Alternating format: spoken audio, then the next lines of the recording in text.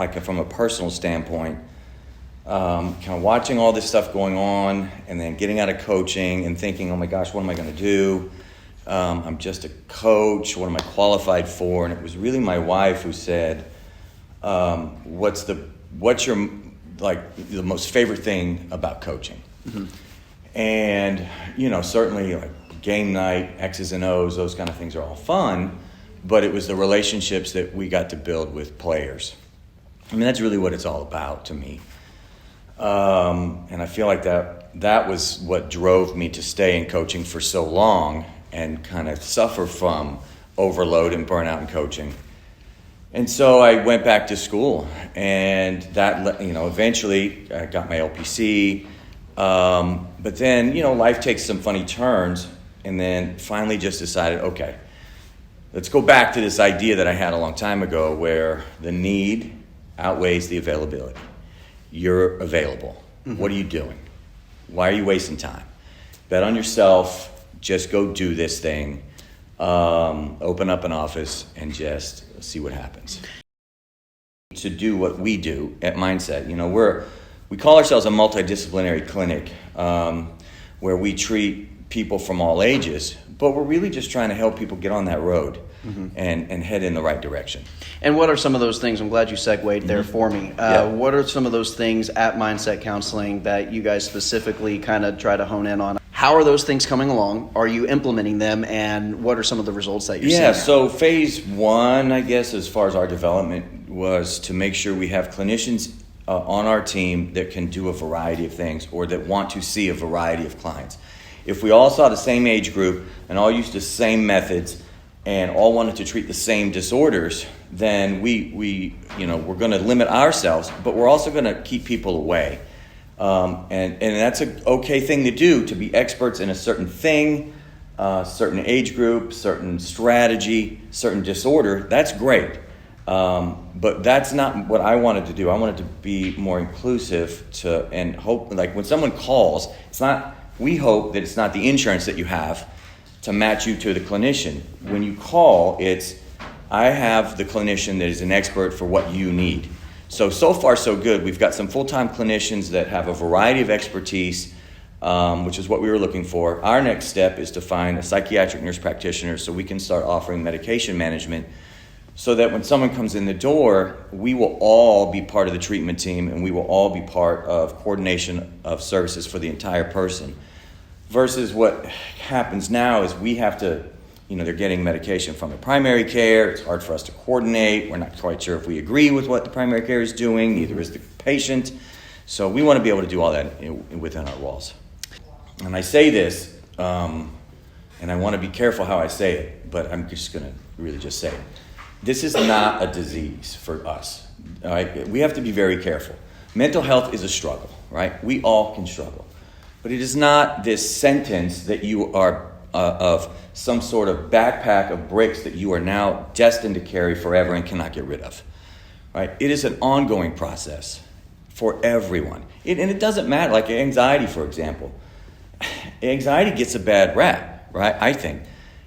Anxiety is an alarm, right? If we came home and your kitchen was on fire, but your smoke alarm was going off, what would you do first?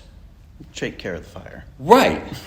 You wouldn't go, dang, that noise is really annoying, and I'm going to shut that off first, and then I'm going to go tend to the fire, right? You're dealing with the fire, right? So the alarm was a good thing, right? The alarm's a good thing. Mm-hmm. And so that's what I want people to understand when they come to us or to go get counseling from anybody, is that, these things are alarms, but let's go to where the fire is. Listen to the alarm before the alarm in our body gets worse. So, as we transition from, limited life experience, fewer birthdays, to more life experience and more birthdays, things can get a little bit more overwhelming. And we tend to let these alarms go, and we ignore them. And as we ignore alarms, like an injury, if we ignore bodily injuries, your body's going to announce it a lot louder, right? And so everybody's on a mental health journey. So whenever you're trying to figure out what makes a resilient person, do you still apply those attributes to some of your patients that you currently work Absolutely with? right. Yeah. You don't have to be a soldier. You don't have to be an athlete. No. How do you implement that and kind Yeah. of So the MRT program Dr. Avritt pulled together therapeutic strategies from various experts, right? So part of it is cognitive behavior. Part of it is positive psychology. Part of it is strength-based counseling. And it's just kind of packaged it together and kind of hitting a variety of skills. For example, like self-awareness, to be self-aware, to understand what your thoughts are doing daily. Are my thoughts helping me or harming me? I mean, that's a question for everybody, right? Daily, when you wake up, are my thoughts good or bad? Are they helping or harming? Are they productive or counterproductive?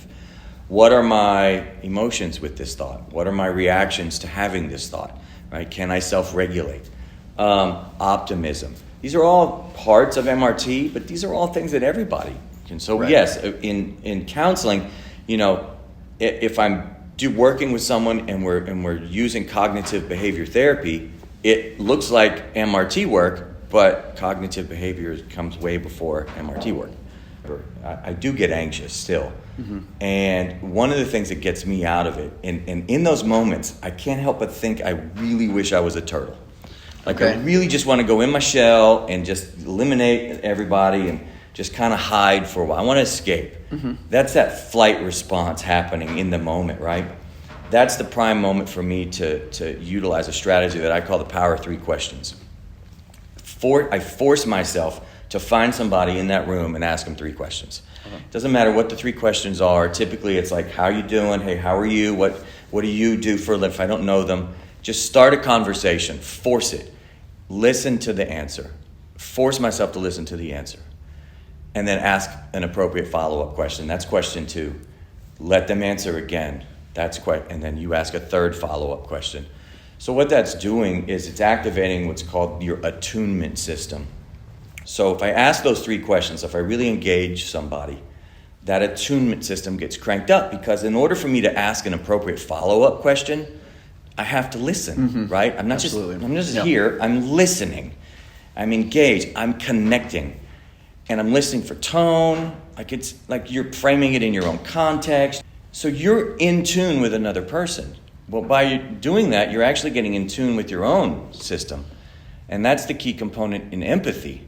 And empathy is the key component in self-regulation, which was my problem from the beginning. So if I can just force myself out of that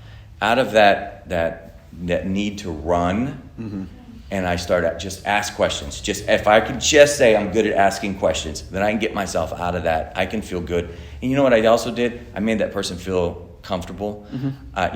Their reward system's activated. Our reward systems just explain social media for kids.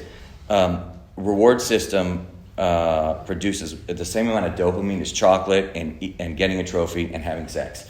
So if they're talking about themselves, if I can get someone to share, not only did I become a trusted person, I'm developing connection, but that person's getting hits of dopamine and they're feeling good too, which is lowering their anxiety as well. Teens are more than willing to open up. I mean, I really believe that teens want to be talked to, they want to be heard, they want help.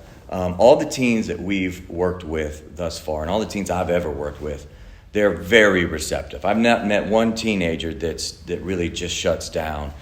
They need, maybe like you said, they've been waiting and they're reserved, but once they get cranked up and going, they're willing. I think one of the things, for anybody that has kids, is this unfettered access to everything needs to be monitored. We can't have unfettered access to anything we want, because we're not, it takes us down so many roads. And we are seeing that in our office. Some of our not just our teens, but our young adults, our young 20-somethings are struggling because they are not understanding what the difference in some cases between fantasy and reality, how to have conversations with real folks, how to go out in public, how to be in a gathering like this and just say hello and shake someone's hand. Right. They've lost that ability to do that, and I don't think we can blame it on COVID.